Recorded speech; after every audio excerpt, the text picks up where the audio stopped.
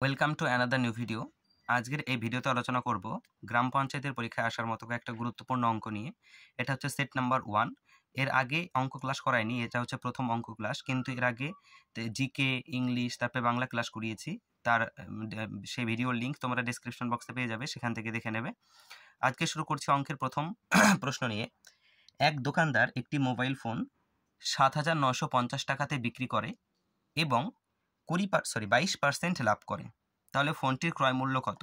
ঠিক আছে, মানে ফোনটির কেনা দাম কত টাকায় কিনেছিল। এখানে যে দামটা দেওয়া আছে ৭,৯৫০ টাকা, এটা হচ্ছে তার বিক্রির দাম, মানে 22% লাভ সহ এটা হচ্ছে বিক্রির দাম। তাহলে আমি বলতে পারি এটা ৭,৯৫০ নয়, এটা ৭,৯৩০।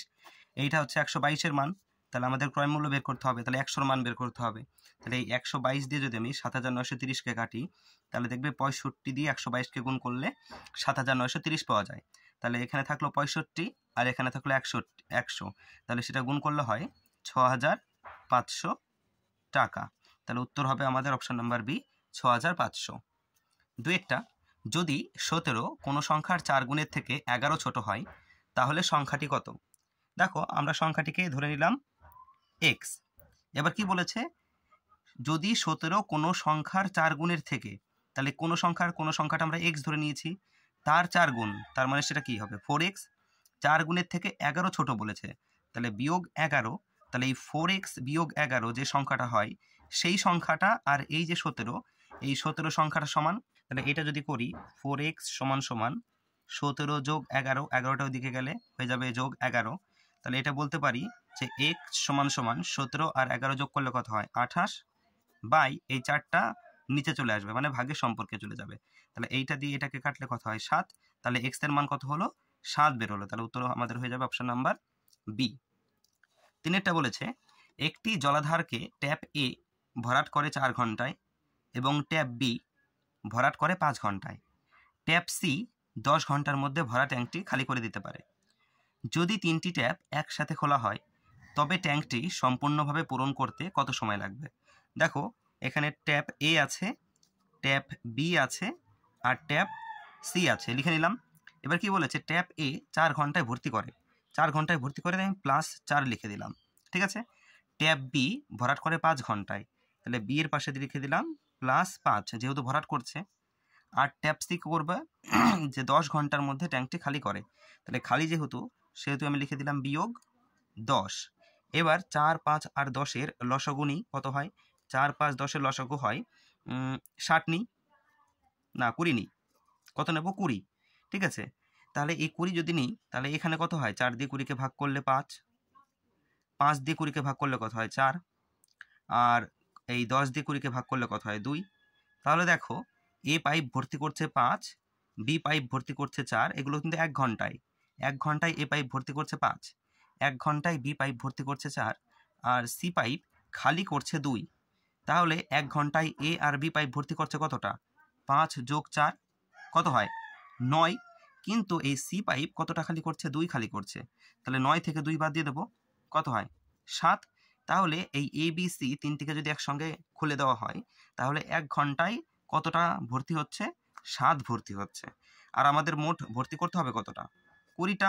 তাহলে যেটা ভর্তি করতে হয় ওপরে সেইটা, আর 1 ঘন্টায় যতটা পূরণ করি সেইটা নিচে। তাহলে আমাদের উত্তর চলে আসবে অপশন নাম্বার এ। 135 ও 225-এর গসাগু হলো 45। এই সংখ্যা দুটির লসাগু কত?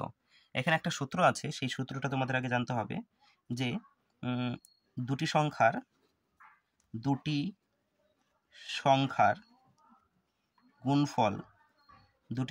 গুণফল সমান লসাগু ইন্টু গসাগু, তাই তো? তাহলে এইবার এই সূত্র অনুযায়ী আমি যদি মান বসিয়ে দিই, তাহলে পেয়ে যাব। দেখো কি বলেছে এখানে, 135 ও 225-এর গসাগু হলো 45। তাহলে এখানে একটা সংখ্যা 135 আর একটা সংখ্যা আছে 225। তাহলে আমি এখানে লিখতে পারি 135 গুণ 225 সমান গসাগু কত বলে দিয়েছে? 45, আর লসাগু বের করতে হবে। তাহলে লসাগুকে আমি এক্স ধরে নিলাম, এক্স লিখলাম, গুণ গসাগু কত বলেছে? 45 বলেছে। ঠিক আছে। তাহলে আমি এটাকে এভাবে লিখতে পারি যে এক্স সমান 135 গুণ 225, আর 45টা হবে নিচে। তাহলে এই 45 দিয়ে আমি এবার যদি এটাকে কাটাকাটি করি, তাহলে 45-এর সঙ্গে 3 গুণ করলে হয় 135। সরি, হ্যাঁ, তাহলে এই 3-এর সঙ্গে এবার 225 গুণ করে দেবো, কত হয়? 3 দুগুণে 6 মানে 675। তাহলে অপর সংখ্যার মানে ইয়েটা কি হবে, লসাগু কত হবে? 675, অপশন নাম্বার সি। চলে যাবো পরবর্তী প্রশ্নে। 6 নম্বর একটা সোজা সরল, 240 ভাগ 12 ভাগ 2 স্কয়ার বিয়োগ 2। এই সরলগুলো কিন্তু পরীক্ষা যখন আসবে তোমরা এত প্র্যাকটিস করবে যে মুখে মুখে যেন করতে পারো, ওই খাতা কলম নিয়ে বসতে গেলেই সময় শুধু নষ্ট। দেখো আমি যেহেতু এখানে করাচ্ছি তাহলে আমাকে সে তো খাতায় করিয়ে দেখাতেই হবে। তাহলে কি প্রথমে কি করতে হয়? ভাগের কাজ। তাহলে এই ভাগের কাজটা করি। তাহলে 240 আর ভাগ 12, আগে টুকে নিই এখানে, ভাগ 2 স্কয়ার বিয়োগ 2। তাহলে 240কে যদি আমি 12 দিয়ে ভাগ করি কত হয়? 12 দুগুণে 24 মানে 20। তাহলে ভাগ 2 স্কয়ার থাকলো বিয়োগ 2। এবার আবার ভাগের কাজ করব। তাহলে 20কে যদি 2 স্কয়ার মানে কি? 2 গুণ 2। 2 স্কয়ার মানে কত হয়? 2 স্কয়ার সমান 2 গুণ 2, দুটো 2। তাহলে 2 আর 2 গুণ করলে কত হয়? 4। তার মানে আমি 4 দিয়ে 20কে ভাগ করছি। তাহলে 4 দিয়ে 20কে ভাগ করলে কত হয়? 4 5 20, 5 আর থাকলো 2। তাহলে 5 থেকে 2 বাদ দিলে কত হয়? 3। তাহলে উত্তর হয়ে যাবে অপশন নাম্বার বি। এরপরে 7-টা, নিম্নোক্ত সংখ্যার মধ্যে কোনটি 8 দ্বারা বিভাজ্য নয়? ভালো করে খেয়াল করবে কিন্তু এখানে কি বলেছে, যে 8 দ্বারা বিভাজ্য নয় বলেছে। আচ্ছা, তার আগে জেনে নিই যে 8 দ্বারা বিভাজ্যতার যে শর্ত আছে সেই শর্তটা কি। 8 দ্বারা বিভাজ্যতার শর্ত হচ্ছে যে সংখ্যাটা দেওয়া থাকবে তার শেষের 3টে সংখ্যা দেখবে, শেষের 3টে সংখ্যা দেখবে। সেই শেষের 3টে সংখ্যা যদি সেই 8 দিয়ে ভাগ চলে যায়, পুরোপুরি কোনো ভাগ শেষ না থাকে, তবে সেই সংখ্যাটা 8 দ্বারা বিভাজ্য হয়। তাহলে চলো শেষের 3টে সংখ্যা দেখি। প্রথমে আছে 712, এই সংখ্যাটার শেষের 3টে অঙ্ক। তাহলে 712কে যদি আমি 8 দিয়ে ভাগ করি, কত দিয়ে দেবো? প্রথমে 8 8 64 দিয়ে দেবো, তাই তো? এখানে বিয়োগ করলে 4 আছে, ওপরে 11 আছে, তার মানে এটা 7 হবে। আর এখানে 6 আছে, 7 7 মিলে গেলে 0 2, 8 9 72। তাহলে এটা তো মিলে গেল। তাহলে এটা 8 দ্বারা বিভাজ্য, কিন্তু আমাদের কি বের করতে বলেছে যে 8 দ্বারা বিভাজ্য নয় কোনটা। এবার 672 দেখি 8 দ্বারা বিভাজ্য কিনা। লিখলাম 8, 8 8 কত হয়? 64, বিয়োগ করলে 32, 4 8 32। তাহলে এটাও ভাগ চলে যাচ্ছে পুরোপুরি, তাহলে এটাও হবে না। তারপরে কত আছে? 1 2, সরি পুরোটা লিখবো না, আমরা শেষ 3টে সংখ্যা লিখবো। 4 4 8, 8 দিয়ে ভাগ করব। 5 8 কত হয়? 40। শেষে কত আছে? বিয়োগ করলে 48 হয়, তার মানে 6 8 48। এটাও মিলে গেল, তাহলে এটাও হবে না। তার মানে আমাদের উত্তর এইটাই হবে, যে এইটা 8 দ্বারা বিভাজ্য নয়। চলো তবুও দেখে নিই। শেষের 3টে সংখ্যা 620, 8 দিয়ে ভাগ করব। কত দিয়ে দেবো? 6 8 48, 7 8 56, 7 দিয়ে দেবো। 7 8 56, এখানে বিয়োগ করলে কত হয়? 6 আর এখানে 0 60। 8-এর ঘর নামতে পরে কি 60 পাওয়া যায়? পাওয়া যায় না। তাহলে এটাই আমাদের উত্তর, যে 8 দ্বারা এই যে 16,620 এই সংখ্যাটা বিভাজ্য নয়। তাহলে কি করবে তোমরা? 8 দ্বারা বিভাজ্য যখনই বলবে তখন শেষ যে 3টে সংখ্যা থাকবে, মানে শেষ 3টে অঙ্ক একটা সংখ্যার, সেই শেষ 3টে অঙ্ককে ভাগ করে দেখবে সেটা ভাগ যাচ্ছে কিনা। এরপরে দেখো 8 নম্বর কি বলেছে, রুট তার মধ্যে আছে 0.00590449। এই সংখ্যাটাকে আমাদের কি করতে বলেছে? রুট করতে বলেছে বা বর্গমূল করতে বলেছে। দেখো এটা শর্ট ট্রিক্সও আছে, আবার এটার অঙ্ক যেভাবে করে দেখাতে হয় সেটাও আমি করে দেখাচ্ছি। আগে অঙ্ক করে দেখাচ্ছি, তারপরে শর্ট ট্রিক্স বলছি। প্রথমে আমি 0 0 ধরছি না, এই দশমিকও নিচ্ছি না। কত আছে? 5 9 0 4 9 আছে। তাহলে আমি আগে এখানে লিখে নিই 5 9 0 4 9। এইটাকে আমি বর্গ কিভাবে করতে হয়, রুট কিভাবে করতে হয়, এইভাবে একটা দাগ দেবে। তারপরে দেখবে জোড়া জোড়া করবে, 4 আর 9 এক জোড়া, 9 আর 0 এক জোড়া, আর 5 একা পরে রয়েছে। তাহলে কোন কোন কোন দুটো সংখ্যা আছে যে দুটো সংখ্যা গুণ করলে 5 বা 5-এর কাছাকাছি যায়? আমি যদি এখানে 2 লিখি, এখানে যদি 2 লিখি, 2 দ্বিগুণে কত হয়? 4 হয়, দাগ দিলাম। বিয়োগ করব, 5 আছে ওপরে, নিচে 4 আছে, তার মানে 1 হবে। এবার এখানে যে জোড়া জোড়া ধরেছিলাম তো, শুধুমাত্র 9 নামালে হবে না, কিন্তু এই জোড়া ধরে নামাতে হবে। তাহলে এখানে আমি 90 নামিয়ে দিলাম, আবার এইভাবে দাগ দেবো। এখানে কত হয়েছে? 2। তাহলে এইখানে যে সংখ্যাগুলো আসবে সেই সংখ্যাগুলোকে 2 দিয়ে গুণ করে যে সংখ্যাটা পাবে সেই সংখ্যাটা তখন আবার ভাজক হয়ে যাবে। তাহলে 2 এর সঙ্গে 2 গুণ করলে কত হয়? 4। তাহলে 4-এর এইখানে আমি কোন সংখ্যাটা বসালে সেই সংখ্যা দিয়ে আমি 190কে দিতে পারবো।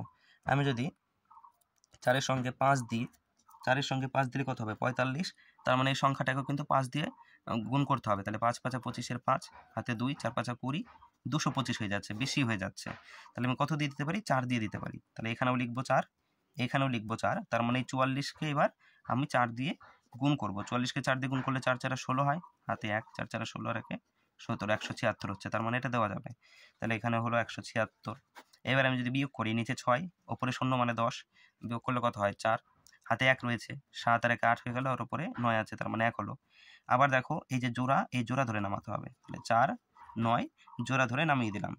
এরপরে কোনটা হতে পারে, 24 আছে, 24-এর ডবল কত হয় 48, 24 দুগুণে 48, তাহলে এইখানে কোন সংখ্যা বসালে সেইটা এই 1449 হবে। দেখো এইখানে এমন সংখ্যা বসাতে হবে যাতে সেই সংখ্যা গুণ করলে শেষে 9 আসে।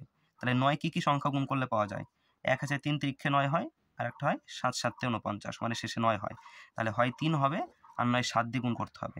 যদি 3 দিয়ে গুণ করি, তা যদি দেখো যদি 7 দিয়ে গুণ করি কত হয় 4 7 28, মানে ওই 2000 3000-এর কাছাকাছি চলে যাবে। আর যদি 3 দিয়ে গুণ করি তাহলে এটা পেয়ে যাব। তাহলে আমি এইখানে যদি 3 লিখি, এইখানেও লিখবো 3, তাহলে 483-কে 3 দিয়ে গুণ করি, 3 তিরিক্ষে কত হয় 9, 3 8-এ কত হয় 24, 24-এর 4, হাতে 2, 3 4-এ 12 আর 2 14, মিলে গেল। তাহলে এইটা হয়ে গেল আমাদের যে এই রুটের ফলাফলটা 243। কিন্তু এইখানে দেখো আগে দুটো শূন্য ছিল, তাহলে দুটো শূন্য মানে কি, বর্গমূল করলে সেটা একটা শূন্য চলে আসবে, আর দশমিকটা দশমিকের জায়গায় চলে আসলো। তাহলে উত্তর কি হলো 0.0243, অপশন নাম্বার সি। এবার দেখো এটাকে দেখে কিভাবে উত্তর করব। এখানে দেখো কি বলেছে, দশমিকের পরে দুটো শূন্য আছে, তার মানে এইখানে যে বর্গমূল করলে যেটা আসবে তারপরে দশমিকের পরে একটা শূন্য থাকবে, কিন্তু এইখানে পরে দশমিকের পরে 2 আছে, তাহলে এটা তো হবে না। এখানেও দেখো দশমিক, এখানে সোজা 243 করেছে, কোনো দশমিকই নেই, এটা তো আর হবে না। এখানে চলে যাও, দেখো দশমিকের পরে দুটো শূন্য দিয়েছি, কিন্তু এখানে আমাদের বর্গমূলের ভেতরে দুটো শূন্য ছিল, সেটাকে বর্গমূল করলে তো একটা শূন্য থাকবে, তাহলে এটাও হবে না। আর এখানে দেখো দশমিকের পরে একটা শূন্য ছিল, এখানে দুটো শূন্য ছিল, বর্গমূল করলে একটা শূন্য চলে আসবে, তাহলে এটা হয়ে যাবে উত্তর। 9টা 1/0.04 সমান কত? প্রথমে লিখবো যা লেখা আছে 1/0.04। তাহলে এই যে দশমিকটা আছে, এই দশমিক যদি আমি ওঠাতে যাই তাহলে উপরে কত হবে 100 হবে, দশমিকের জন্য 1 পাই, আর পরে একটা দুটো সংখ্যা আছে তাই দুটো শূন্য হলো। তাহলে আমি পরিষ্কার করে লিখি, এটাকে কত হলো 100 অক্ষে 100, আর নিচে পড়ে রয়েছে 4, তাহলে এটাকে কাটাকাটি করা যায়, 4 25-এ 100, তাহলে উত্তর কত হলো 25, অপশন নাম্বার সি। এরপরে 10-এরটা, যদি 0.27 বাই পি স্কোয়ার সমান 27, তাহলে পি এর মান কত? পি এর মান বের করতে বলেছে। অঙ্কটাকে টুকি, 0.27 বাই পি এর স্কোয়ার সমান 27 বলেছে। এবার আমি কি করতে পারি, এই দশমিকটাকে তুলবো, দশমিক তুললে কি হয়, নিচে 100 হয়ে যাবে, দশমিকের জন্য 1, আর দশমিকের পরে দুটো সংখ্যা আছে তাই দুটো শূন্য। এবার আমি যদি এটাকে কাটাকাটি করি, এই 27 দিয়ে এই 27 কাটা যাবে, তাহলে এখানে থাকলো কি যে পি স্কোয়ার সমান সমান 1/100, মানে এইখানে 27কে কেটেছিলাম 1 ছিল তো, 27 অক্ষে 27, 27 অক্ষে 27, তাহলে সেই 1 রয়ে গেছে, আর এখানের 100টা চলে গেল নিচে, তাহলে পি স্কোয়ার সমান 1/100। এবার এই স্কোয়ারটা উঠাতে হবে, যে তোমাদের পি এর মান জানতে চেয়েছে, তাহলে এই পি এর মান, পি এর স্কোয়ার উঠাতে গেলে কি করতে হবে, পি সমান সমান এই যে সংখ্যাটা আছে পরে এটা রুট করতে হয়।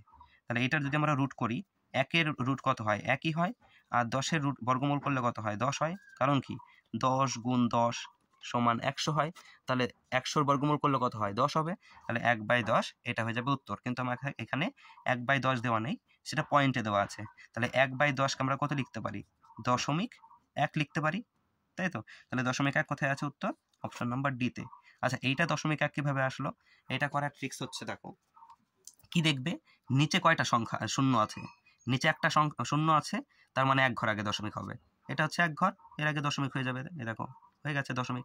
এখানে যদি এটা এরকম থাকতো, সাপোজ 2/100 থাকতো, তাহলে এটা কত হলো, ভাগ করলে কত হতো, দেখো নিচে দুটো শূন্য আছে, তাহলে এখানে 2 ঘর আগে দশমিক হবে, কিন্তু এখানে তো একটা মাত্র সংখ্যা আছে, তাহলে একটা সংখ্যা লিখলাম আর একটা শূন্য বসিয়ে দিলাম, হয়ে গেল দুটো সংখ্যা, এখানে একটা দশমিক হয়ে যাবে, ঠিক আছে। 11 নম্বর, 60-এর 15% কত হয়? এটা তো একদম সোজা, 60-এর 15%, 60 এর মান হচ্ছে গুণ 15%, মানে 15% আছে, তাহলে নিচে 100, এই শূন্য কাটবো, 5 দিয়ে কাটলে হয় 2, 5 দিয়ে কাটলে হয় 3, 2 দিয়ে 6কে কাটলে হয় 3, তাহলে উপরে 3 আর 3 রইল, 3 আর 3 গুণ করলে কত হয়, 3 গুণ 3 সমান 9, তাহলে আমাদের উত্তর হয়ে যাবে অপশন নাম্বার বি। গ্রাম পঞ্চায়েতে এরকম লেভেলই সাধারণত প্রশ্ন আসে। তবে আমি এখানে তো সব সহজ প্রশ্ন নিই, কিছু কঠিন প্রশ্ন আছে, কিছু একদম সহজ প্রশ্ন আছে। সব রকম প্রশ্নই থাকবে পরীক্ষায়, কিছু তো কঠিন থাকবে দুই একটা, বেশিরভাগই সোজাই থাকবে পঞ্চায়েত লেভেলের পরীক্ষা যেহেতু। দেখো 12 প্রশ্নটা খুবই সুন্দর, খুব সুন্দর মানে খুবই সুন্দর। দেখো কি বলেছে, 1 মিনিট। 30 মিটার গুণ 22 মিটার মাপের একটা আয়তক্ষেত্রাকার পার্কে দুটি ফুটপাত আছে, উভয়ই 2 মিটার চওড়া, একটি উত্তর থেকে দক্ষিণ দিকে এবং অন্যটি পূর্ব থেকে পশ্চিম দিকে। পার্কের মাঝখানে একে অপরকে অতিক্রম করছে। যদি ফুটপাত নির্মাণের খরচ প্রতি বর্গমিটার 15 টাকা হয়, তবে ফুটপাত নির্মাণের মোট খরচটি নির্ণয় করো। দেখো আমি একে বুঝিয়ে দিচ্ছি কিভাবে হয়। কি বলেছে, আয়তাকার পার্ক বলেছে, তার একটা আয়তাকার ছবি এঁকে নিই এখানে, এবার ধরে নাও সেটা আয়তাকারের ওই পার্কটা, ঠিক আছে। এবার এই আয়তাকার পার্কের কি বলেছে, 30 মিটার দৈর্ঘ্য, এটা হচ্ছে দৈর্ঘ্য 30 মিটার, আর প্রস্থ কত বলেছে 22, তাই তো। এরপরে কি বলেছে যে ওই পার্কে দুটো ফুটপাত আছে এবং সেই ফুটপাত কি বলেছে উভয়ই 2 মিটার চওড়া, এবং যে ফুটপাত আছে সেই ফুটপাত হচ্ছে 2 মিটার চওড়া, আর সেই ফুটপাতটা কি হয়েছে একটি উত্তর দিক থেকে দক্ষিণ দিকে। উত্তর দক্ষিণ মানে কি, ওপর নিচ, তাহলে একটা গেছে এই ধরে নাও, একটা আমি ফুটপাত এঁকে দিলাম, এটা একটা ফুটপাত হয়ে গেল উত্তর থেকে দক্ষিণ, এবং অন্যটি পূর্ব থেকে পশ্চিম দিকে, তার মানে কি এই দিক থেকে এই দিকে গেছে, তাহলে এই ধরে নাও একটা ফুটপাত এঁকে দিলাম, ঠিক আছে। এবার কি বলেছে, পার্কের মাঝখান দিয়ে একে অপরকে অতিক্রম করেছে। যদি ফুটপাত নির্মাণের খরচ প্রতি বর্গমিটার 15 টাকা হয়, তবে ফুটপাত নির্মাণের মোট খরচ নির্ণয় করো। তার মানে আমাদের এই যে ফুটপাতটা, এইটা নির্মাণের কত খরচ সেটা আমাদের বের করতে হবে, এই বাকিটা তো বের করতে হবে না। তাহলে আমি যদি এই পুরো আয়তক্ষেত্রাকার যে পার্ক রয়েছে, সেই আয়তক্ষেত্রাকার পার্কের যে ক্ষেত্রফল, তার থেকে যদি আমি এই রাস্তার ক্ষেত্রফলটা, সরি ওগুলো কত করতেই হবে না, কোনো দরকারই নেই ওগুলো করার, কারণ আমাদের তো এটা বের করতে বলেনি, এটা বের করতে গেলে সেটা করতে হয়, আমাদের শুধু ফুটপাত বলেছে। তাহলে এই ফুটপাতের যে ক্ষেত্রফলটা হবে সেটা যদি বের করি তাহলেই হয়ে যাবে। তাহলে ফুটপাতের ক্ষেত্রফল মানে কি, এটা একটা কি চিত্র হয়, আয়তাকার চিত্র, তাই তো, যার দৈর্ঘ্য প্রস্থ অসমান, সেটা আয়তাকার চিত্র হয়।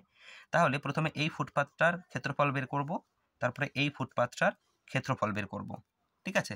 তাহলে আমি যদি এই ফুটপাতটার ক্ষেত্রফল বের করি, এর দৈর্ঘ্য কত হবে, দেখো এটার দৈর্ঘ্য কত পার্কের 22 মিটার, তার মানে এই ফুটপাতটার দৈর্ঘ্য যেটা উত্তর থেকে দক্ষিণে বিস্তৃত, সেটার দৈর্ঘ্য 22 মিটার। আর এর আমাদের চওড়া বলে দিয়েছে অঙ্কে যে উভয়ই 2 মিটার চওড়া, তাহলে এর প্রস্থ হচ্ছে 2 আর দৈর্ঘ্য হচ্ছে 22, তাহলে এর ক্ষেত্রফল ক্ষেত্রফল বের করবো কিভাবে, 2 গুণ দৈর্ঘ্য ইন্টু প্রস্থ হয় সূত্র ক্ষেত্রফল বের করার। তাহলে দৈর্ঘ্য কত 22 আর প্রস্থ কত 2, তাহলে 22 আর 2 গুণ করলে কত হয় 44। তাহলে একটা রাস্তার ক্ষেত্রফল পেয়ে গেলাম 44। আর একটা রাস্তার ক্ষেত্রফল বের করি, যেটা এই যে পাশাপাশি আছে পূর্ব থেকে পশ্চিমে, তাহলে এইটা কতটা লম্বা হবে 30 মিটার, যেহেতু এইটা এখান থেকে এটুকু 30, তাহলে এখান থেকে এটুকু 30, আর চওড়া তো আমাদের প্রশ্নে পেয়েছি যে 2 মিটার, তাহলে এটার ক্ষেত্রফল কত হবে 30 গুণ 2, 30 গুণ 2 মানে কত 60। তাহলে দেখো দুটো রাস্তার মোট ক্ষেত্রফল কত হলো 60 যোগ 44 সমান সমান 104, তাই তো। কিন্তু একটা জিনিস খেয়াল করো, আমরা যখন এই দুটো ফুটপাতের ক্ষেত্রফল নিয়েছি, তখন এইখান দিয়ে যখন গেছি পুরোটা তো নিয়েছি, আবার এইখান দিয়ে পুরোটা নিয়েছি, তাহলে এই যে জায়গাটুকু আমরা দুবার কাউন্ট করেছি না, এই ফুটপাত বের করার সময়ও আবার এই ফুটপাত বের করার সময়ও। তাহলে এই যে জায়গাটা এটা দুইবার নিয়েছি, তাহলে সেটাকে আমাদের বাদ দিয়ে দিতে হবে একবার। তাহলে একবার যদি বাদ দিই, এই চিত্রটুকু দেখো, এটা কি চিত্র হয়, আয়তাকার না বর্গাকার, বর্গাকার চিত্র হচ্ছে। তাহলে এইটুকুকে আমরা বাদ দিয়ে দেবো, বর্গাকার চিত্রের যে ক্ষেত্রফল এটুকু সেটুকু বাদ দিয়ে দেবো। তাহলে বর্গাকার চিত্রের ক্ষেত্রফল বের করার সূত্র কি, বাহু স্কয়ার, তাই তো। তাহলে এইটুকুর বাহু কত হবে, চওড়া বলেছে 2, এটা হচ্ছে বর্গাকার বলেছে, তাহলে এর চওড়া যদি 2 হয় রাস্তার চওড়া, তার মানে এর বাহু হচ্ছে 2 করে, তাহলে বাহুর স্কয়ার মানে 2 এর স্কয়ার সমান 4 হয়। তাহলে এই যে 104 হয়েছে, এই 104 থেকে 4 বিয়োগ করে দেব, কত হয় 100। তাহলে পেয়ে গেলাম যে দুটো রাস্তার যে ক্ষেত্রফল হয় সেই ক্ষেত্রফল হচ্ছে 100 বর্গমিটার। এবার আমাদের উত্তর কি চেয়েছে, যে ফুটপাত নির্মাণের খরচ প্রতি বর্গমিটার যদি 15 টাকা হয়, তবে ফুটপাত নির্মাণের মোট খরচটি নির্ণয় করো। মানে 1 মিটার ফুটপাত নির্মাণ করতে খরচ হয় 15 টাকা, তাই তো। আর আমাদের ফুটপাত কত 100টা, মানে 100 বর্গমিটার, তাহলে 100 বর্গমিটার ফুটপাত নির্মাণের খরচ কত হবে, 100 দিয়ে গুণ করে দিই, 15 অক্ষে 15, পাশে দুটো শূন্য, তার মানে 1500 টাকা। তার উত্তর হয়ে যাবে অপশান এ। আশা করি বুঝতে পেরেছো। না বুঝতে পারলে ভিডিওটা আবার একটু প্রথম থেকে দেখা শুরু করো, এই প্রশ্নটা বুঝতে পারবে। এরপর কি বলেছে, মধ্যমা নির্ণয় করো। এখানে কতগুলো সংখ্যা দিয়ে দিয়েছে, এর মধ্যমা নির্ণয় করো। মধ্যমা মানে হচ্ছে যাকে বলা হয় মিডিল টার্ম যাকে, ঠিক আছে। আচ্ছা, এইখানে যে সংখ্যাগুলো আছে 23, 29, 25, 19, 31, 26, 16, 30, এই সংখ্যাগুলোর মধ্যমা কি হবে? আগে আমি এই সংখ্যাগুলোকে ছোট থেকে বড় পরপর লিখে নেব। সব থেকে ছোট সংখ্যা কত? 19, লিখে নিলাম 19। তারপর সব থেকে ছোট সংখ্যা হচ্ছে 16 আছে, তাহলে এখানে 16 হবে, তারপরে 19 হবে। তারপরে কত আছে? 23, তাহলে এখানে নেব 23। তারপরে কত ছোট সংখ্যা আছে? 25, তাহলে লিখে নেব 25। তারপরে কত আছে? 26 আছে, 26। তারপরে কত আছে? 29 আছে, 29 লিখলাম। আর কত আছে? 30 আছে। আর কত আছে? 31 আছে। ঠিক আছে, সমস্ত সংখ্যা লিখে নিলাম। 1, 2, 3, 4, 5, 6, 7, 8টা। 1, 2, 3, 4, 5, 6, 7, 8টা হলো। এবার কি করবে? এখানে মোট 8টা আছে, তাহলে 8-এর অর্ধেক কত হয়? 4। তাহলে 1, 2, 3, 4, এইদিকে হলো এই 4 পর্যন্ত, আর এইদিকে ধরো এই 4 পর্যন্ত ধরে নিলাম। তাহলে মাঝখানে কি কোনো সংখ্যা পড়ে থাকলো না? যদি মাঝখানে বিজোড় সংখ্যা হতো, ধরো এখানে বিজোড় সংখ্যা লেখা আছে 17, 18, 19, 21, 23। এখানে কটা সংখ্যা আছে? 1, 2, 3, 4, 5টা। তার মানে কি এখান থেকে দুটো ধরলাম, মাঝখানে পড়ে রইল 19 একা, তাহলে এটাই হয়ে যায় মধ্যমা। কিন্তু এখানে তো জোড় সংখ্যা আছে, তখন কি করব? এইদিকে 4 নিলাম, এদিকে 4 নিলাম। এবার কি করব? এই দিক থেকে একটা বাদ দিয়ে দেবো, এদিক থেকেও একটা বাদ দিয়ে দেবো। তাহলে থাকলো কত? 25 আর 26। 25 আর 26 যোগ করলে কত হয়? 25, 25, 50 আর 51, 51 হয় তো। এবারে এই 51কে 2 দিয়ে ভাগ করে দাও। 51কে 2 দিয়ে ভাগ করলে হয় 25.5। ঠিক আছে, 51কে আমি যদি 2 দিয়ে ভাগ করি তখন কি হয়? সেটা 25.5 হয়। তাহলে আমাদের উত্তর হয়ে যাবে অপশন নাম্বার বি, 25.5, এই সংখ্যাটার মধ্যমা। এরপর দেখো 14 নম্বর প্রশ্ন বলেছে, বার্ষিক কত পার্সেন্ট সরল সুদে 2 বছরে 600 টাকা সুদে আসলে 660 টাকা হবে? আচ্ছা, সরল সুদ বলেছে 2 বছরে হয় 600 টাকা, হয়ে যায় 660 টাকা। তার মানে আমাদের দেখো 2 বছরে 600 টাকা 660 টাকা হয়ে যাচ্ছে। 660 টাকা হচ্ছে, আর টাকা ছিল 600, তার মানে আমরা সুদ কত পাচ্ছি? 60 টাকা পাচ্ছি।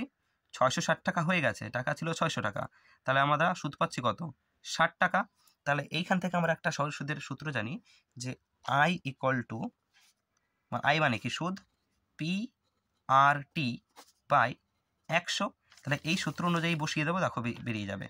আই মানে কি? সুদ, সুদ কত টাকা পেয়েছি? 60 টাকা, লিখে দিলাম 60, সমান পি আর টি, পি মানে আসল, আসল কত টাকা ছিল?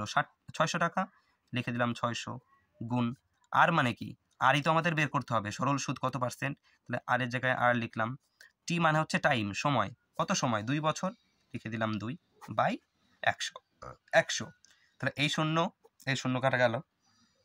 এখানে 2 দিয়ে আমি এই 60কে যদি কাটি কত হয়? 30 হয়, 30 দুগুণে 60। আর এই 6 দিয়ে যদি এই 30কে কাটি কত হয়? 5 হয়। তাহলে পরে রইল কত? আর এর মান 5%। উত্তর হয়ে যাবে অপশন নাম্বার বি। সোজা প্রশ্ন একদম। এরপরে 15টা বলেছে, একটি 141.5 মিটার লম্বা ট্রেন 57 কিলোমিটার প্রতি ঘন্টা গতিতে একটি প্ল্যাটফর্মকে 39 সেকেন্ডে অতিক্রম করে। তাহলে এই প্ল্যাটফর্মটির দৈর্ঘ্য কত? দেখো, আমরা সবাই জানি যখন একটা ট্রেন কোনো প্ল্যাটফর্মকে অতিক্রম করে তখন সে নিজের দৈর্ঘ্য প্লাস প্ল্যাটফর্ম, তাই তো? নিজের দৈর্ঘ্য প্লাস প্ল্যাটফর্ম অতিক্রম করে। এখানে আমাদের সেই প্ল্যাটফর্মের দৈর্ঘ্য, ট্রেনের লম্বাটা বলে দিয়েছে যে 141.5 মিটার, আমাদের সেই প্ল্যাটফর্মের দৈর্ঘ্য বের করতে হবে। তার মানে কি? এই যে এই প্ল্যাটফর্মটিকে অতিক্রম করতে ট্রেনে যে 39 সেকেন্ড সময় লেগেছে, তার মানে সে এই 141.5 মিটার প্লাস এই প্ল্যাটফর্মের যে দৈর্ঘ্য, সেই দৈর্ঘ্যটা অতিক্রম করেছে 39 সেকেন্ডে, তাই তো? তাহলে আমি যদি বের করি যে এই 39 সেকেন্ডে ট্রেনটা কতটা দূরত্ব অতিক্রম করতে পারে, সেটাই আমাদের উত্তর হয়ে যাবে। সেখান থেকে আমি ট্রেনের লম্বাটা বাদ দিয়ে দেবো, তাহলে প্ল্যাটফর্মের দৈর্ঘ্য বেরিয়ে যাবে। দেখো কি বলছি আমি, ট্রেনটা যায় 57 কিলোমিটার 1 ঘন্টাতে, ঠিক আছে? তাহলে আমি লিখলাম এখানে 57 কিলোমিটার যায় 1 ঘন্টাতে। এটাকে যদি আমি মিটার পার সেকেন্ডে পরিণত করি, 5/800 দিয়ে গুণ করতে হবে, তাই তো? এটা কত দেয়? এটা যায় 1 সেকেন্ডে যায়, এখন হয়ে গেল। ঠিক আছে, এটা 1 ঘন্টাতে যেত, আমি মিটার পার সেকেন্ড করে নিলাম। তার মানে এটা যায় 1 সেকেন্ডে কতটা দূরত্ব সেইটা আমাদের বের করতে হবে কতটা, 39 সেকেন্ডে কতটা যায়। আমি যদি এটাকে 39 দিয়ে গুণ করি, তাহলে এটাকে কাটাকাটি করলে হয় 3 দিয়ে 6, 3 দিয়ে 13, তাই তো। এবার 3 দিয়ে 2 আর একে 3 দিয়ে 19 হয়। এবার এই কটাকে আমরা গুণ করব, 19, 5 আর 13। 19 আর 13 গুণ করলে কত হয়, এখানে আমি লিখে নিলাম 19, এখানে 13, 9 13 117 মানে 7, হাতে 11, 13 আর 11 যোগ করলে কত হয়, 13 আর 1 14 মানে হচ্ছে 247, তাই তো। 247কে আমরা 5 দিয়ে গুণ করব, গুণ 5। 247কে 5 দিয়ে গুণ করলে কত হয়, 5 7 35 5, হাতে আমার 3, 4 5 20 আর 3 23, হাতে আমার 2, 5 2 10 আর 2 12, 1235। তাহলে 1235 মিটার 39 সেকেন্ডে ট্রেনটা অতিক্রম করে। 1235 নয়, 1235/2। এবার এই 1235কে যদি আমি 2 দিয়ে ভাগ করি, কত হয়, 2 দিয়ে ভাগ করলে হয় 6 দুগুণে 12, 2 অক্ষে 2, আর থাকলো হচ্ছে 15 মানে 7 দুগুণে 14.5, 617.5 এই দূরত্বটা অতিক্রম করে 39 সেকেন্ডে। তাহলে এই যে দূরত্বটা আছে, এই দূরত্বটা কি, ট্রেন প্লাস প্ল্যাটফর্ম দুটোর দৈর্ঘ্য। কিন্তু আমাদের এখানে ট্রেনের দৈর্ঘ্য বলে দিয়েছিল যে 141.5। তাহলে এইখান থেকে যদি আমি 141.5 বিয়োগ করি, তাহলে বিয়োগ ফল দেখবে আসবে 476 মিটার। তাহলে এটাই হচ্ছে প্ল্যাটফর্মের দৈর্ঘ্য। তাহলে উত্তর হয়ে যাবে অপশন নাম্বার এ। একটু জায়গা কম রেখেছিলাম তাই একটু এরকম হয়ে গেল। যাই হোক, 16 নম্বর এটা দেখো, রমেশের কাছে 2:3:5 অনুপাতে 50 পয়সার মুদ্রা, 1 টাকার মুদ্রা এবং 5 টাকার মুদ্রা ছিল। তাহলে রমেশের কাছে মোট অর্থ 116 টাকা থাকলে তার সাথে 50 পয়সার কয়টি মুদ্রা ছিল, মানে 50 পয়সার মুদ্রা কয়টা ছিল সেটা বের করতে হবে। এবার দেখো এখানে কি বলেছে, 50 পয়সার মুদ্রা ছিল দুটো। তার মানে কি, সেখানে 50 পয়সার মুদ্রা দুটো মানে কি, 50 দুগুণে 100, 100 পয়সা মানে কি 1 টাকা। এবার কি বলেছে, 1 টাকার মুদ্রা ছিল 3টি, 1 টাকার মুদ্রা 3টি মানে কি 3 টাকা, লিখে দিলাম 3। এবার কি বলেছে, এবং 5 টাকার মুদ্রা ছিল 5টা, তার মানে কত, 25 টাকা ছিল 5 টাকার মুদ্রা, তাই তো। এবার এটাকে আমি এক্স ধরে নিলাম, এটা x plus 3x plus 25x। তাহলে এই টাকা, এই যে টাকাটা আছে, এই টাকাটা যোগ করলেই তার কাছে ছিল 116 টাকা। তাহলে আমি এখান থেকে বলতে পারি 3x আর 1x 4x, 4x আর 25x মানে 29x, 29x সমান 116। তাহলে x সমান সমান বলতে পারি 29কে 116 দিয়ে কাটলে হয় 4, তাই তো। তাহলে x সমান সমান 4 বেরিয়ে গেল। আমাদের কি জানতে চেয়েছে, তার সাথে 50 পয়সার মুদ্রা কয়টি ছিল। এখানে x এর মান 4 বেরিয়েছে, কত কিছু আমার দরকার নেই, x এর মান 4 বেরিয়েছে। এখানে x এর মান যদি 4 হয়, তাহলে আমি এই 4কে 2 দিয়ে গুণ করে দেবো। 2 দিয়ে কেন গুণ করব, কারণ 50 পয়সার সংখ্যা কি বলেছিল, 2:2 অনুপাতে আছে। তাহলে 4 গুণ 2 সমান 8, উত্তর হয়ে যাবে অপশন নাম্বার এ 8। তার মানে 50 পয়সার মুদ্রা আছে 8টি। 8টি মানে কত, 4 টাকা, তাই তো। 50 পয়সার দুটো কয়েনে হয় 1 টাকা, আর এখানে 8টা কয়েন আছে, তার মানে 8টা কয়েন হবে 4 টাকা।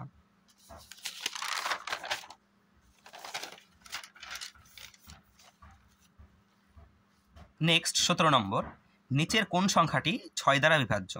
তার আগে জেনে নিতে হবে 6 দ্বারা বিভাজ্যতার শর্ত কি। আমি যদি 6কে এইভাবে লিখতে পারি না, যে 6 সমান সমান 2 গুণ 3, কি লিখতে পারি তো। তার মানে কি, যে সংখ্যাটা 2 দিয়ে এবং 3 দিয়ে ভাগ যাবে সেই সংখ্যাটাই 6 দিয়ে ভাগ যাবে। 2 দ্বারা বিভাজ্যতার শর্ত কি, শেষ সংখ্যাটা জোড় হতে হবে। দেখো এখানে 6 আছে, এখানে 0 আছে, এখানে 8 আছে, এখানে 4 আছে, সমস্ত সংখ্যারই শেষে জোড় সংখ্যা আছে। তাহলে এটা দেখে আমরা বুঝতে পারলাম না যে কোন সংখ্যাটা 6 দ্বারা বিভাজ্য হবে। এবার 3 দিয়েও দেখি, 3 দিয়ে বিভাজ্যতার শর্ত কি, যে সমস্ত অঙ্কগুলো আছে সেই সব অঙ্কগুলোকে যোগ করলে যদি সেটা 3 দিয়ে ভাগ যায়, তাহলে সেই সংখ্যাটা 3 দিয়ে ভাগ হবে। যেমন দেখো 2 আর 1 3, 3 আর 3 6, 6 আর 4 10, 10 আর 6 কত 16। তাহলে এই 16কে আমরা কি 3 দিয়ে ভাগ করতে পারবো, ভাগ করতে পারবো না। তাহলে এই সংখ্যাটা 6 দ্বারা বিভাজ্য নয়। এটাকে দেখো 2 আর 1 3, 3 আর 3 6, 6 আর 4 10, 10কে কি আমরা 3 দিয়ে ভাগ করতে পারবো, পারবো না। তাহলে এটাও হবে না। এটা কত, 2 আর 1 3, 3 আর 3 6, 6 আর 4 10, 10 আর 8 18। তাহলে 18 কি আমরা 3 দিয়ে ভাগ করতে পারবো, হ্যাঁ পারবো, 3 6 18 হয়। তাহলে এটা হয়ে যাবে উত্তর। শেষেরটাও দেখে নাও, 2 আর 1 3, 3 আর 3 6, 6 আর 4 10, 10 আর 4 14, 14 কি আমরা 3 দিয়ে ভাগ করতে পারবো, পারবো না। তাহলে এটাও হবে না। তাহলে আমাদের উত্তর হয়ে যাবে অপশন নাম্বার সি 18টা। যদি 2 7 6 x 1, এবার বলেছে এই সংখ্যাটা 3 দ্বারা বিভাজ্য হয়, তাহলে x এর সম্ভাব্য মানগুলির সমষ্টি কত। দেখো কি বলেছে ভালো করে, x এর সম্ভাব্য মানগুলির সমষ্টি কত হবে। ঠিক আছে, তাহলে আমরা 3 দ্বারা বিভাজ্যতা শর্তে একটু আগে পড়লাম এর আগের অঙ্কটায়, যে সমস্ত অঙ্কগুলোর যোগফল 3 দিয়ে ভাগ যেতে হবে। তাহলে এখানে কত আছে, 2 7 6 x আর 1 আছে। তাহলে 2 আর 7 যোগ করলে কত হয় 9, 9 আর 6 যোগ করলে কত হয় 15, 15 আর 1 যোগ করলে কত হয় 16। তার মানে কি এইখানে এমন একটা সংখ্যা বসাতে হবে যেই সংখ্যাটা বসালে সেই সংখ্যাটা মানে যোগফলটা 3 দিয়ে ভাগ যাবে। আমাদের তো এটা 16 হয়েছে, তাই তো। এবার 16-র সঙ্গে যদি আমরা এক্সের জায়গায় 1 বসাই তাহলে 16 আর 1 কত হয় 17 হয়। তাহলে এই 17 সংখ্যাটা কি 3 দিয়ে বিভাজ্য হবে? বিভাজ্য হবে না, তাহলে এটা হলো না। এবার 16-র জায়গায় যদি আমি মানে ওই এক্সের জায়গায় যদি 2 বসাই, 16 আর 2 কত হয় 18, এই 18 কি 3 দিয়ে ভাগ যায়? 3 দিয়ে ভাগ যায় 6 হয়। তাহলে এখানে আমরা 2 বসাতে পারবো। এখানে কিন্তু শেষ না, 2 বসাতে পারবো বলেছি, কোন কোন সংখ্যা বসানো যাবে সেগুলো দেখাতে হবে। এবার 16-র জায়গায় যদি মানে এক্স এর জায়গায় যদি আমি 3 বসাই, 16 আর 3 কত হয় 19 হয়। 19 কি 3 দিয়ে ভাগ যাবে? যাবে না, তাহলে 3ও হবে না। এবার 16-র এক্স এর জায়গায় যদি আমি 4 বসাই, 16 আর 4 কত হয় 20, 20 কি 3 দিয়ে ভাগ যায়? যাবে না, তাহলে এটাও হবে না। 16 এবার এক্স এর জায়গায় যদি আমি 5 বসাই, 16 আর 5 কত হয় 21, 21 কি 3 দিয়ে ভাগ যায়? হ্যাঁ যায়, 3 7 21 হয়।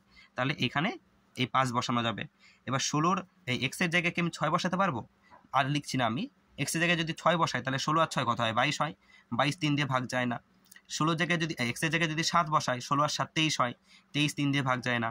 16 জায়গায় যদি 8 বসাই, 16 আর 8 কত হয় 16 যোগ 8 সমান 24। এই 24কে 3 দিয়ে ভাগ যায়, তাহলে সেখানে 8 বসাতে পারি। 16 এক্স এর জায়গায় কি 9 বসাতে পারি? 16 আর 9 কত হয় 25 হয়। তাহলে 25 কি 3 দিয়ে ভাগ যায়? যায় না, তাহলে 9 বসাতে পারি না। তাহলে কি কি বসাতে পারলাম? 2 বসাতে পারবো এক্স এর জায়গায়, 5 বসাতে পারবো আর 8 বসাতে পারবো। এই যে সংখ্যাগুলো বসাতে পারবো এই সংখ্যাগুলো যোগফল চেয়েছে। তাহলে 2 আর 5 7, 7 আর 8 15। তাহলে উত্তর হয়ে যাবে অপশন নাম্বার এ। 19 নম্বর প্রশ্ন, একটি গাড়ির ওডোমিটার যাত্রার শুরুতে 3000 কিলোমিটার এবং যাত্রার শেষে 3400 কিলোমিটার দেখায়। তাহলে ভ্রমণে 8 ঘন্টা সময় লাগলে গাড়ির গড় গতি নির্ণয় করো। দেখো 3000 কিলোমিটার তো ছিলই, আর ভ্রমণ শেষে কি দেখিয়েছে? যাত্রা শেষে 3400 কিলোমিটার হয়েছে। তাহলে গেল কতটা?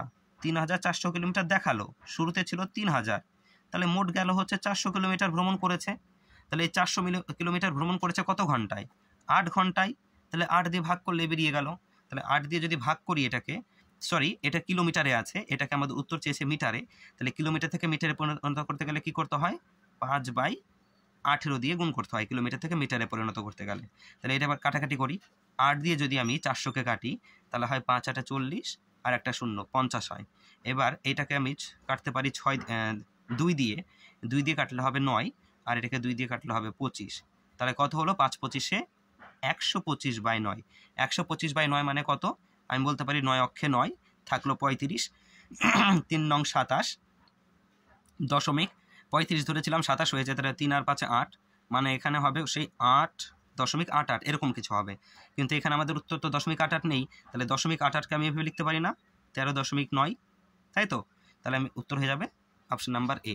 এবার 13.9 কীভাবে লিখলাম দেখো, দশমিকের পর এখানে 8 আছে, এইখানে যদি 5 বা 5-এর উপরে থাকে, দশমিকের পর 8 আছে, তারপরের সংখ্যাটা যদি 5 বা 5-এর থেকে বড় থাকে, তাহলে এই যে সংখ্যাটা আছে তার আগে সেটাকে আমি 1 যোগ করে নিতে পারি, মানে 8টা 9 হয়ে যেতে পারে। সাপোজ এখানে 5.75 আছে, এখানে কি বললাম? দশমিকের পর একটা সংখ্যা বাদ দিয়ে পরের সংখ্যাটা যদি 5 বা তার থেকে বেশি হয়, তাহলে এই যে সংখ্যাটা আছে দশমিকের পরে সেইটাকে আমরা 7-এর বদলে 1 বাড়িয়ে 8 লিখতে পারি। ঠিক সেরকম 8 8 হতে পারে, এরকম হবে 8 8, তাহলে আমি সেটাকে আমি 13.9 লিখতে পারি। আজকে লাস্ট অঙ্ক, শিবানী ও প্রণীতার মধ্যে কিছু টাকা ভাগ করে দেওয়া হলো, যার অনুপাত হচ্ছে 5:7। যদি প্রণীতা 5 টাকা দিয়ে দেয় শিবানীকে, তাহলে অনুপাত হয়ে যায় 3:4। মোট কত টাকা দুজনের মধ্যে ভাগ করে দেওয়া হয়েছিল? দেখে এখানে আমি শিবানী লিখে নিলাম, এখানে আমি প্রণীতা লিখে নিলাম। এবার কি আছে তাদের মধ্যে? টাকার ভাগ করে দেওয়া হয়েছে 5:7 অনুপাতে। তাহলে শিবানীর হচ্ছে 5 আর প্রণীতার হচ্ছে 7। আমি এক্স দিয়ে দিলাম একটা করে দুজনের কাছেই। আচ্ছা, এবার কি বলেছে? যদি প্রণীতা 5 টাকা দিয়ে দেয় শিবানীকে, এই প্রণীতা 5 টাকা শিবানীকে দিয়ে দিয়েছে, তার মানে এর কাছ থেকে 5 কমে যাবে আর এর কাছে 5 বেড়ে যাবে, তাই তো। এবার এই দেওয়া নেওয়ার পরে যে অনুপাতটা দাঁড়ায় সেটা হচ্ছে 3:4। তাহলে মোট কত টাকা দুজনের মধ্যে ভাগ করে দেওয়া হয়েছিল? তাহলে আমি এইটাকে এইভাবে লিখতে পারি যে 5x + 5/7x - 5 সমান অনুপাত কত হয়েছিল? 3:4। এটাকে এইভাবে লিখতে পারি। তো এবার এইটাকে 4 দিয়ে এইটাকে গুণ করব, এই যে এইভাবে গুণ হয় এটার সঙ্গে এইটা, আর এটার সঙ্গে এইটা, তাহলে 4 দিয়ে 5x মানে 20x প্লাস 4 5 20 সমান 3 7 21x বিয়োগ 3 5 15। এবার এখানে 20x আছে, এই 21xটাকে এদিকে নিয়ে আসবো, তাহলে 20x বিয়োগ 21x সমান এখানে থাকলো বিয়োগ 15, আর এখানে যোগ 20 আছে, যোগ 20টা এদিকে আসলে হবে বিয়োগ 20। তাহলে এইখানে বিয়োগ করলে কত হয়, 20x থেকে 21x বাদ দিলে একটা x থাকবে বিয়োগ x সমান, বিয়োগ কেন হলো কারণ 20 থেকে 21 বড়, আর বড় সংখ্যার আগে বিয়োগ চিহ্ন আছে, তাই এখানে বিয়োগ চিহ্নটা রয়ে গেল। আচ্ছা, এখানে মাইনাসে মাইনাসে কি হয়, প্লাস হয়, তাহলে আমি এটাকে প্লাস করবো, 15 আর 20 যোগ করলে হয় 35, এখানে আমাদের মাইনাস একটা থেকে যাবে, তাহলে এই মাইনাস কেটে গেল, তাহলে x এর মান কত হলো 35।